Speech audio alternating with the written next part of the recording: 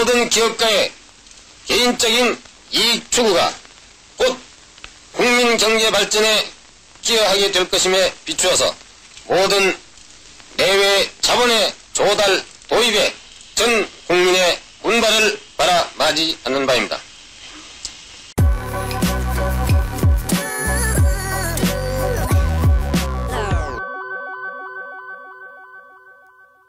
박정희 국가재건 최고회의 의장의 1962년 시정방침연설 2부입니다. 전 세계에서 수많은 군사혁명이 있었죠. 하지만 5.16은 독특합니다. 경제 부흥을 내세우고 군이 권리한 세계 유일의 사례이기 때문에 그렇습니다. 이 연설에서 주식회사 대한민국의 CEO 박정희의 풍모가 드러납니다. 박정희 대통령은 혁명 전부터 5천년 동안 벗어나지 못한 지긋지긋하고 숙명적 가난을 떨쳐버려야 한다고 역설했습니다. 그리고 과학적 검증을 거쳐 구체적 실천 계획을 마련했습니다. 경제개발 5개년 계획입니다. 계획경제가 반자본주의적이라고 하시는 분들이 있습니다. 박정희 대통령의 경제개발 방식은 반자본주의적이라기보다는 조합적 동원주의라고 할 수 있습니다. 기업가를 격려하고 기업가 정신을 소중히 생각하며 사유재산 제도를 존중하는 한편 평생토록 농어촌의 소득 증대를 외친 박정희 대통령은 반자본주의적 인물이 절대 아닙니다. 다음에는 자립경제 확립을 위한 경제 시책. 혁명정부는 지난 8년 동안 경제적 침체와 불안을 제거하기 위해서 전력을 다하였으며 그 결과 단시일 내에 기적적으로 안전과 회복을 철회했던 것입니다. 우리는 생각할 수 있는 모든 타당한 정책을 과감하게 실천함으로써 위기를 극복하고 경제개혁의 호전을 기했던 것입니다. 이렇듯 첫 고비를 넘긴 우리는 새해를 맞이하여 또다시 새로운 시련에 직면하고 있는 것입니다. 즉, 혁명정부는 국민을 기아로부터 해방시킨다는 공약을 어김없이 실천하기 위해서 경제개발 5개년 계획을 강력히 추진할 것을 결정하였고, 금년은 이 역사적 과업을 실천에 옮겨야 할 바로 첫 해라는 것을 국민 여러분에게 엄숙히 선언한 바입니다. 연 평균 성장률 7.1%나 되는 경제 발전을 계획하고 있는 이 의욕적인 사업을 착오 없이 착실하게 수행하기 위해서 혁명정부는 다음과 같은 원칙과 대강을 그 계획 속에 포함시키고 있는 것입니다. 첫째, 한국 경제 발전의 궁극적인 목표를 공업화에 두고 계획 목표를 달성할 때까지는 단계적인 경제정책을 쓰기로 한 것입니다.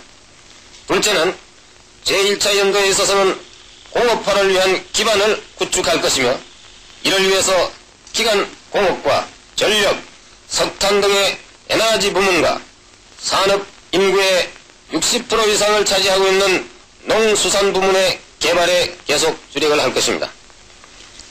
농림수산 부문에 있어서는 이 분야의 생산 증대가 무엇보다도 긴급한 점에 비추어서 영농, 축산, 고로자금을 적기에 과감히 방출해서 생산 증가와 농어촌의 경제 향상을 이룩하도록 하고, 특용작물의 증산, 유축농업의 장려, 수산업의 진흥을 통해서 농어민 소득 향상에 중점을 둘 것입니다.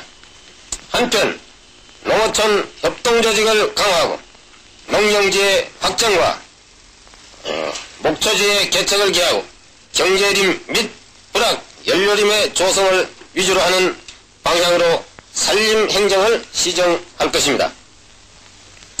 셋째, 상공 부문에 있어서는 기간적 종목인 화학비료, 시멘트, 종합제철 및 정유 등 분야의 건설에 착수하고 전원 개발과 석탄 증산에 힘쓰되 기존 시설의 확장, 화력발전소의 신설, 수력발전소의 건설 계획에 착수할 것이며, 국제수지를 개선하기 위해서 수출무역을 진흥시키는 동시에 주한 왜군에 대한 군납 및 용역 제공을 확대하도록 노력을 할 것입니다.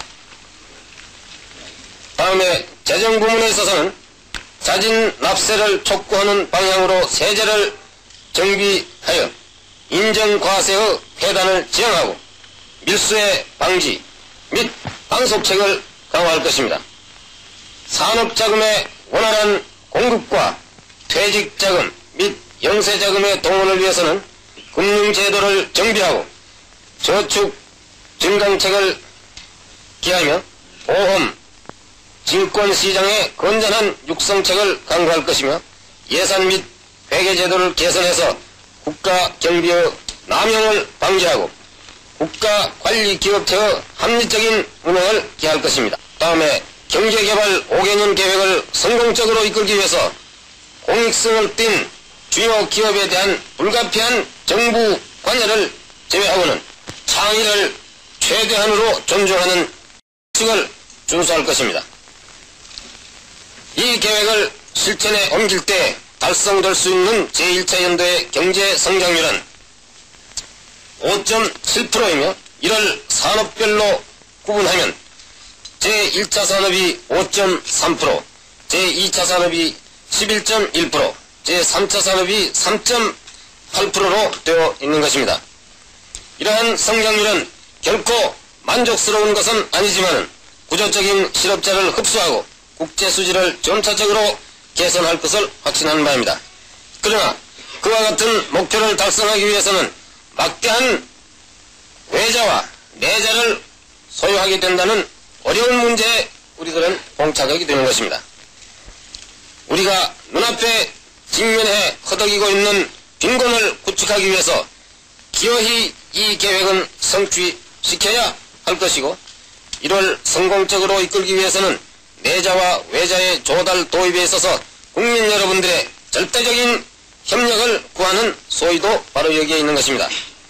국민 각자의 내집과 저축을 강조하는 것도 내일의 보다 나은 생활을 위하며 외자 도입을 위한 입법 조치를 완료하고 모든 경제 여건을 구비해 놓음으로써 기업가의 의욕을 돕는 소위도 또한 여기에 있는 것입니다. 모든 기업가의 개인적인 이익 추구가 곧 국민 경제 발전에 기여하게 될 것임에 비추어서 모든 내외 자본의 조달 도입에 전 국민의 분발을 바라마지 않는 바입니다. 국민 여러분이 바치는 정성 어린 세금을 낭비와 협잡 없이 예산에 규모 있게 편성하고 우방 원조를 합리적으로 운영 관리할 때 투명자의 효과는 틀림없이 보장될 것이며 도시에는 공장이 줄기차게 건설될 것이고 농어촌에는 반드시 생활의 여유를 되찾게 될 것을 믿어 마지 않는 바입니다.